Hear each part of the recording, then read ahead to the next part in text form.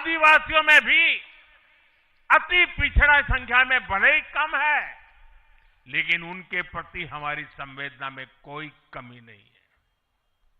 साथियों, हमारा north east, वहां वोटर उतने नहीं है, सीट भी उतनी नहीं है, इसलिए कांग्रेस की सरकारों में उन्हें बरसों तक उपेक्षित रखा गया।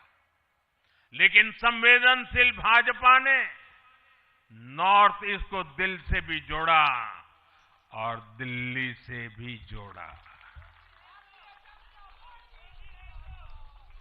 एक और उदाहरण आकांक्षी जिलों का है। हमारे देश में 100 से अधिक जिले ऐसे थे जिनको कांग्रेस सरकारें पिछड़ा घोषित करके भूल गई थी। इन जिलों को पनिशमेंट पोस्टिंग के लिए इस्तेमाल किया जाता था, यानी जिन अधिकारियों को सजा देनी होती थी तो उन्हें वहां भेजा जाता था। हमारी भाजपा सरकार ने इन जिलों को आकांक्षी जिले घोषित किया और प्राथमिकता के आधार पर इनके विकास के लिए काम किया।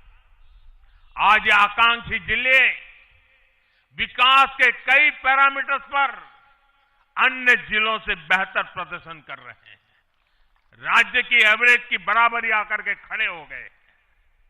साथियों, भाजपा का मंत्र है पिछड़ों को प्राथमिकता, पिछड़ों को प्राथमिकता। जिनकी किसी ने सूद नहीं ली, हमने उनकी साधना की है। जिनको किसी ने पूछा नहीं, मोदी ने उन्हें पूजा है। हमारी कार्य संस्कृति सर्वसमावेशी है, सर्वांगीण है, सर्वस्पर्शी है, सर्वहितकारी है, सर्व कल्याणकारी है। और ये कार्य संस्कृति गरीब को समान अवसर देने वाली है, गरीब को सशक्त करने वाली है।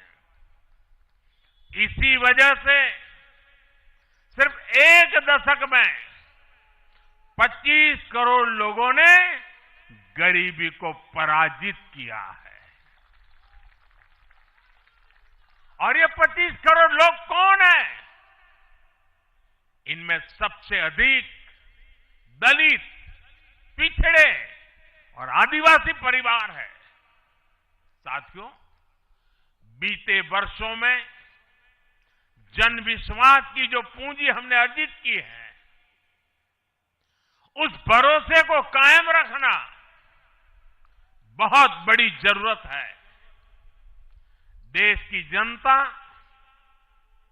2047 तक विकसित भारत बनाने के लिए संकल्पित है। इसलिए बीते 11 वर्षों में रिफॉर्म्स की जो यात्रा हमने शुरू की है, वो अब रिफॉर्म एक्सप्रेस बन चुकी है। हमें राज्यों के स्तर पर, शहर की इकाइयों के स्तर पर, जहां भी भाजपा एनडीए सरकारें हैं, वहां रिफॉर्म्स की गति तेज करनी है। भाजपा सिटी गवर्नेंस का भी एक नया मॉडल देश के सामने प्रस्तुत कर रहे हैं। इस लक्ष्य के साथ हम आगे बढ़ना चाहते हैं। साथियों, जब हम सत्ता में नहीं भी थे, तब भी हम अपने मूल आदर्शों से कभी नहीं भटके। हम राष्ट्र